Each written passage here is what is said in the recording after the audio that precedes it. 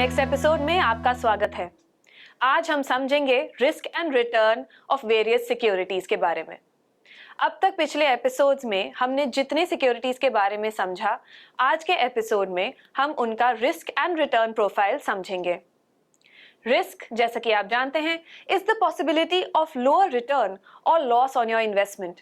यानी कि अगर आपने एक स्टॉक में इन्वेस्ट किया एट ₹100 एंड कंपनी प्रॉफिट नहीं कर पाई, तो स्टॉक का प्राइस डिक्लाइन हो जाएगा एंड हो सकता है कि उसकी वैल्यू ₹50 हो जाए। ये पोटेंशियल ऑफ लॉस जो आपको बेयर करना पड़ सकता है is called as risk. Second concept is return. Return यानी कि कमाई। आप कहीं इन्वेस्ट करते हैं तो वहां से कुछ पैसे कमाने के बारे में सोचते हैं। आपके इन्वेस्टेड मनी पे जो आपको कमाई मिलती है उसको रिटर्न कहते हैं।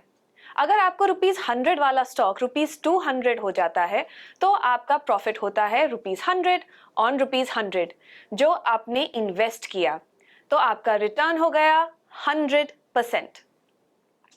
एंड जैसे कि हमने पहले समझा है, अगर हाई रिस्क के साथ इन्वेस्टर को हाई रिटर्न का एक्सपेक्टेशन होता है, हर इंस्ट्रूमेंट जो हमने डिस्कस किया हैज डिफरेंट रिस्क लेवल्स, इसीलिए रिटर्न एक्सपेक्टेशन भी अलग होता है।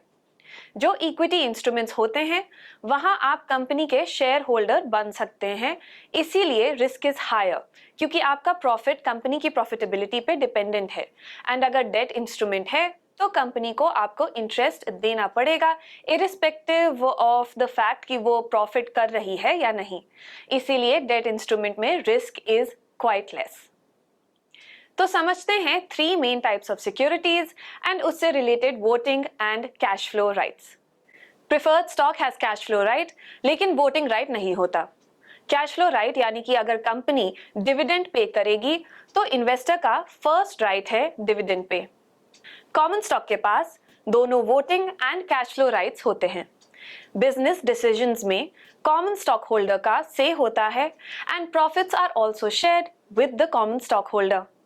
डेट सिक्योरिटी में सिर्फ इंटरेस्ट अश्योर्ड होता है एंड कंपनी पे लीगल बाइंडिंग होती है to pay the debt holder. Profits पे डेट होल्डर का कोई राइट नहीं होता, इसीलिए डेट सिक्योरिटी का रिटर्न पोटेंशियल बहुत लिमिटेड होता है बिकॉज आपको फिक्स्ड रिटर्न ही प्रॉमिस्ड होता है एंड कोई अपसाइड पॉसिबल नहीं है। Ranking wise common stock holder का रिस्क हाई होता है और इसीलिए रिटर्न पोटेंशियल भी, बिकॉज अगर कंपनी अच्छा परफॉर्म करेगी तो स्टॉक प्राइस भी इंक्रीज होगा। Second is preferred stock. Preferred stock holders को क्योंकि कॉमन स्टॉक होल्डर्स के पहले पे आउट किया जाता है, इसीलिए compare to common stock they are less risky, लेकिन उन्हें वोटिंग राइट्स नहीं मिलते। And least risky is debt because वहां इंटरेस्ट पेमेंट अश्योर्ड है। एंड जैसा कि हमने पहले डिस्कस किया, अगर कंपनी कभी भी लिक्विडेट हुई, लिक्विडेट यानी कि बैंकक्रप्ट हो गई, कोई बिजनेस नहीं बचा एंड सारे प्रॉफिट्स एंड पैसे खत्म हो गए, तो पहले डेट होल्डर्स को, फिर preferred share holders and last में अगर कुछ एसेट बचे तो कॉमन स्टॉक होल्डर को पैसे मिलेंगे। कॉमन स्टॉक होल्डर को लास्ट में बचा हुआ पैसा मिल सकता है only if all other claims have been settled. अगर डेट होल्डर का क्लेम एसेट के वैल्यू से ज्यादा हुआ तो common and preferred stock holder को ₹0 मिलेंगे। इसका मतलब वो अपनी वैल्यू ऑफ इन्वेस्टमेंट पूरी खो सकते हैं।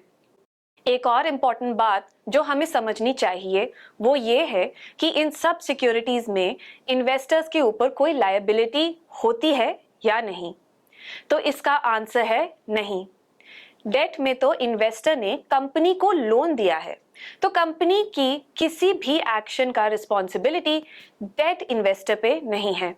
लेकिन इक्विटी इन्वेस्टमेंट में तो आप शेयर होल्डर हैं, पर फिर भी क्योंकि कंपनी और इन्वेस्टर दो अलग अलग लीगल एंटिटीज हैं, इसीलिए इक्विटी इन्वेस्टर पे कोई पर्सनल लायबिलिटी नहीं है।